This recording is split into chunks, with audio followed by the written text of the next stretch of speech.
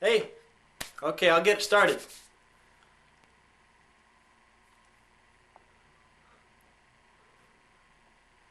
Hey, it's Three Guys Pickin', right? Oh. Sorry.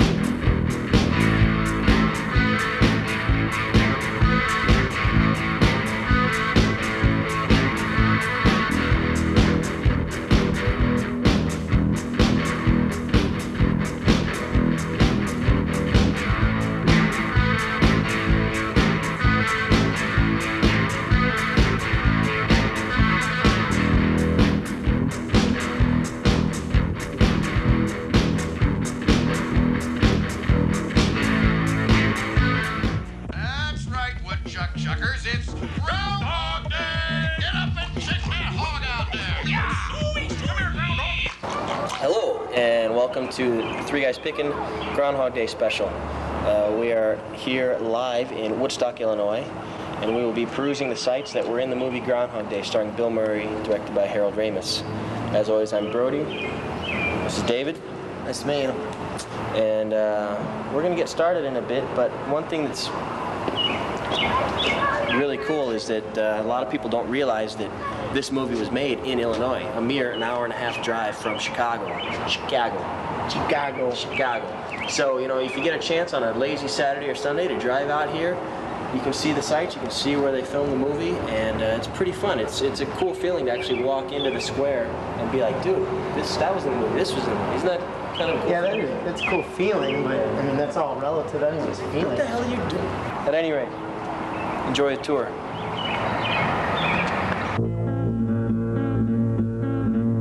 Riding from the wasteland, we got something to say. It's Cowboy Ray. I'm at SOS. I want to meet Kid Rock, but I didn't see Kid Rock. Kid Rock was at the Allstate. We had to go off the stage when he came on. Love Chiefs was a riot because they were having explosions, you know, and he keeps using the same joke over and over. He gets a laugh out of it. He says, like, ooh, must be the beans I had half an hour ago. Ooh, must be the beans. But I was so mad at them at that Allstate Arena because, you know, it was like 11 o'clock at night, you know. They gave me a cold roast beef sandwich and a bottle of Budweiser. I was going to go up to Cow and says, is this all I'm going to get for the night, you cheap bastard? I said, don't you feed us? Then he all took us to breakfast later on. He's a riot going out because he goes like when he goes like to a restaurant, you know, like John's Garage. He waits 20 minutes. He says, waitress, can I have a little service over here? I'm hungry. So I pulled the same thing. I was at John's Garage Friday, you know, and I gotta get a service, you know. I saw this black waitress, kind of heavy side. I said, waitress, can I have a little service? I'm hungry over here. Why not? I hate to wait. You hate waiting for food. What'd she do? She served me right away then. Well, right, I gotta go over there for karaoke. They got karaoke nights over there too.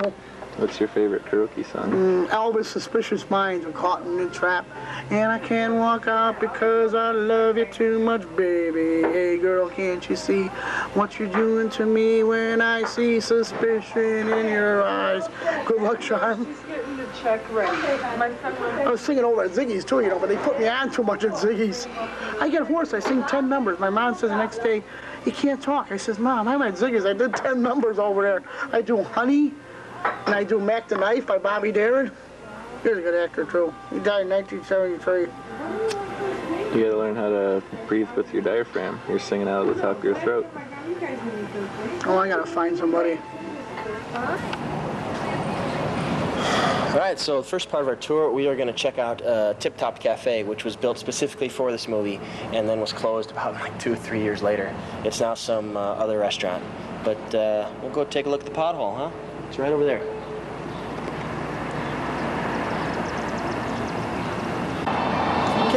front of the restaurant, which in the movie was called the Tip Top Cafe. It was built specifically for the movie. Obviously, Does that say La Travolta? La Travolta is the new restaurant here. It's not Tip Top anymore, but if you can see inside there, you know, that's where they did a lot of the filming. And this wall right here, where that picture is, that's the table where Phil was, or no, that's the table where people sat in the movie.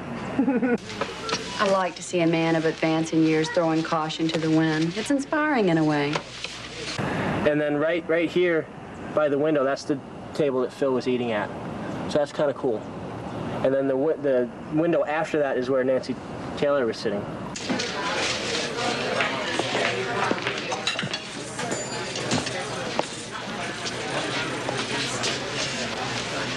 Hey, did you see the Groundhog this morning? Uh-huh. I never miss it. What's your name? Nancy Taylor. And you are? That's pretty cool. But at any rate, since this is the Tip Top Cafe, this was where they had the pothole that they kept like stepping in. You guys can go ahead, that's fine. Yeah. Don't worry about us. Okay. You ever seen Groundhog Day? Yes. Did you know they filmed it here? Yes, we did. Are you guys visiting this Yeah. for that? Yeah. You are? Where are you from? We're from Canada. Oh my. Yeah. Really? Yes. Yeah. We're from Regina, Saskatchewan. So you're taping? Yeah, yeah. So It's exciting. it's fun. It's one of my favorite movies, eh? You know, a lot of stores have pictures where Bill Murray signed. See, we haven't seen any. No one's showing us. I think it's because I'm Canadian. They don't like me. Well, Dwayne's studio has a picture that's out of Bill Murray. Dwayne's studio? Where's that? Right down there. Down there? So were you actually in it? Are you like famous? You were in the No. movie, weren't you? Most of the town was, though. Yeah? I tried. I didn't make it. You didn't make the cut. I didn't make it. Well, what's that all to do? Well, have fun. Hey, thanks for talking to us. Sure. Appreciate it. Hi. Have you seen Groundhog Day? Movie? Yeah. Yeah. Did you know they filmed it here? Yes. Were you in it? No. Did you recognize me? No. Ned Ryerson. Bing! Bang! Oh, first shot right out of the box. Was that the guy, the skinny guy? Yeah. Yes, and the insurance salesman. Yes, and the guy I work with went into. There's a bar there, the pub we went into one night. He was just sitting there drinking a beer, so we had a beer with him. Cool. It was While it was under production? Yeah, Production? in fact, it was interesting because he said that they would fly him back and forth from Hollywood, you know, every 2 or 3 days because it was cheaper to do that than to put them up. But yeah, it was right there. My office is down there, and they had, you know, they had to shut it down a couple times. It was neat for the whole town because at night people would come out and they put the lights up and people would watch it. So kind of a social event for Woodstock. Yeah, and because it was filmed during the summer as well. Yeah, it was And filmed it over a long period of time. It's been a while ago. I don't remember what year, but like 7, 8 years ago. Yeah, it was about 92? 92, 91, somewhere around there. And the house is the house where they where he was is for sale now. In fact, Really? Yeah, the house that remember he would wake up in every Yeah, morning. yeah, It's I a wanted to really find neat that. house. That house in because it was in the newspaper. First, somebody told me about it. That it's for sale, and people sell homes on the internet these days. And it's for sale. It went on the market about a month ago. And it's probably it's not too far. I mean, for young guys like you, it's not too far to walk, but. It's not very far. It's like not even a mile. Do you know what street it's on? Yeah, it's on Madison, I believe. Madison. Cool. Everybody knows it's a dead end. It's called the Groundhog Day house. It's neat. It sits up on a hill. Really? Awesome. So if you're interested, why you guys just are you studying it or just interested in it or? We love Groundhog Day. Yeah, it's a great movie. I think it's one of the best movies ever made, and actually, if it's watched more often, social change will occur. It is an interesting movie. In fact, when they were making it, I was, you know, I thought, you know, the concept. I thought, oh, that doesn't sound like that great movie. How are they gonna milk when they were one day? doing it, I'm thinking, oh, great, they'll do a movie in Woodstock and it'll be like a real dud. But you saw, I thought it was a really good movie. Yeah, it was. Very good movie. You gotta go look at the house. Yeah, You know, definitely. Madison Maybe Street or Madison Avenue? You could pose as interested buyers, and I'd let you take a tour of it. Ooh, you're a smart. See? Are you in? I'm a lawyer. Are you in? I had to find an angle for you guys. There it is.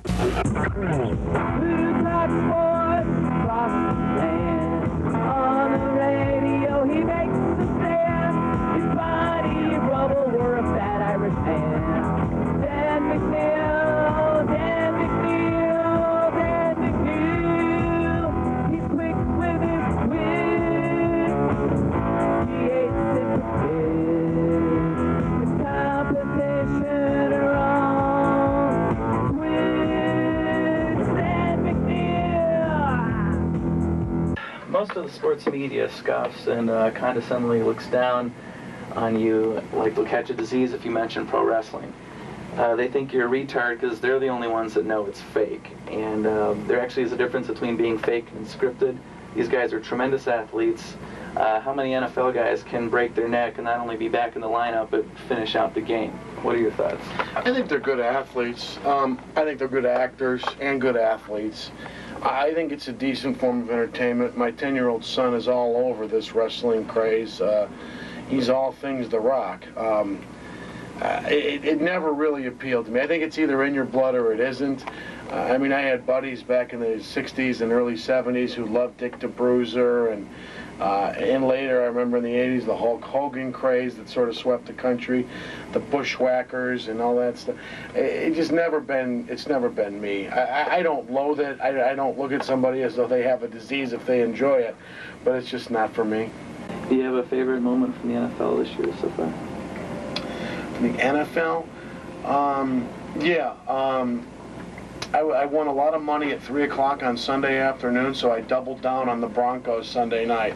The Broncos putting Dave McGinnis, who's a buddy, in the rearview mirror and kicking the Arizona Cardinals' ass is my favorite moment so far because I came out in the black for a change. Isn't Three Guys Pickin' the greatest show ever? You know what? This show is just... Big things are in store for everybody at Three Guys Pickin'. This show should be national in a matter of weeks. Well, we actually have some parting gifts for you. We have, for your time and effort, an official Three Guys Pickin' t-shirt in extra large for Mr. Dan. I have to go on a diet. Thank you. And our media pack also includes our world-famous Super Bowl special from last year. And I wrote you a theme song. Beautiful. I appreciate that. I look forward to checking it out. Thanks. Do you have any final thoughts? Just a reminder that we're rocking and rolling on Chicago's ESPN Radio between 3 and 6 every weekday afternoon. Computer Boy Tom's Suburban Dining Tips on Tuesdays, and every Thursday afternoon, my wife Jill comes on and we do an Adopt an Autistic Child. Oh, that's pretty good. How did that get started? That's the cynic in me. Sorry, Hot Dog Mike. Your 15 minutes of fame is over.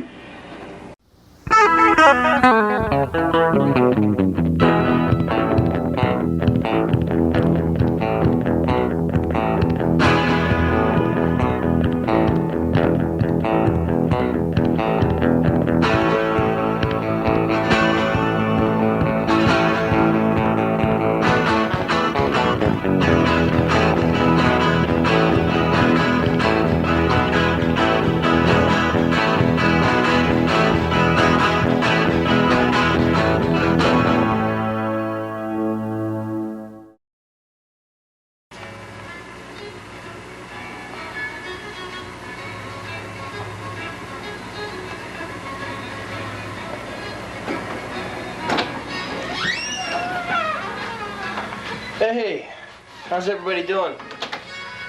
Good to see you. Welcome to my part of the show where I get to show pictures from cool places I've been and I get to talk about them. So come on in. Today we're taking a little departure from our usual picture talking adventure. Usually we talk about movie sets that I've been to or movie sites that I've been to. But today we're going to stay right here at home with the 3GP family. And I've got some shots, some candid shots behind the scenes that not a lot of you are going to get to see because all you see is the finished product, the polished, awesome product that we put out for you here. Okay. God, I can't even say that with a straight face. But there's a lot of stuff that goes on behind the scenes that you don't get to see. So we're going to take a look.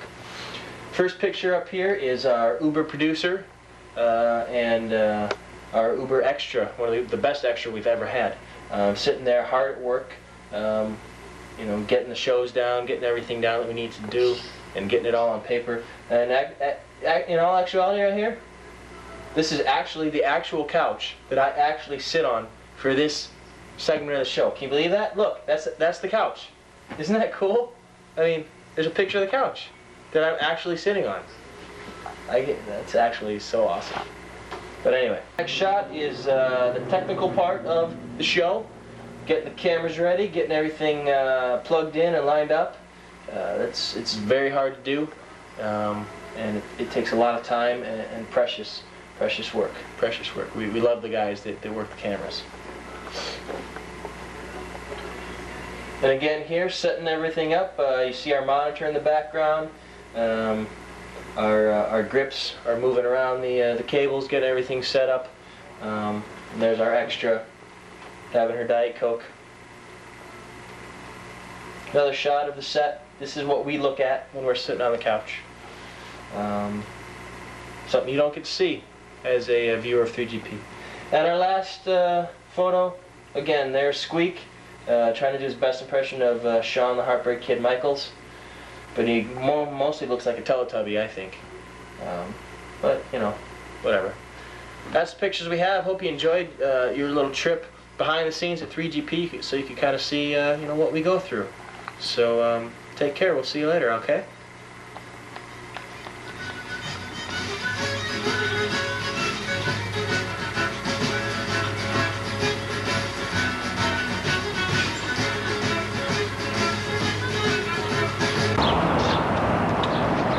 And the tour will continue through those trees. Right there, you see that tree?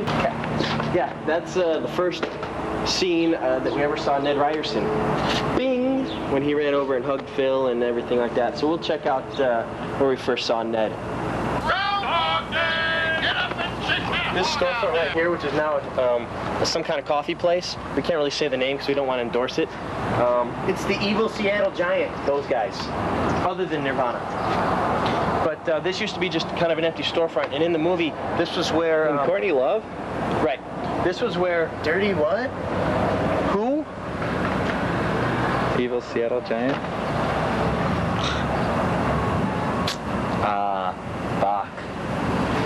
At any rate, in the movie, Phil Connors was walking down the street, Ned Ryerson came up, and this was the one where Phil kind of pretended that he, like, wanted Ned and was, like, hugging him and rubbing him in the back.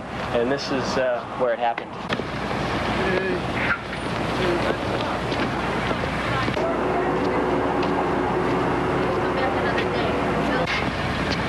Phil? Hey, Phil? Phil? Phil Connors? Phil? Phil Connors? Phil! It's me! Ned Ryerson? Oh. Needle Nose Ned? Bing! This is where, like, Ned Ryerson ran across the street and said hi to Bill Murray. It was right there. We just did it. That's pretty cool. Right. I think we need to write cue cards for the new guy. What's a cue card? You know, we only have enough money to, like, pay $2.50 for a gallon of gas to drive out here. We can't go buy cue cards and crayons to write things on. You need to do your homework, man.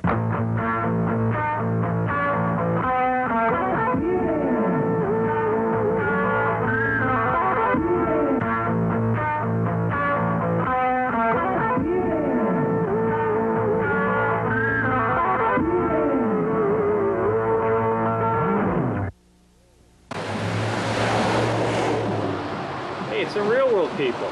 Hey, are you real? Hey, come talk to us. Okay.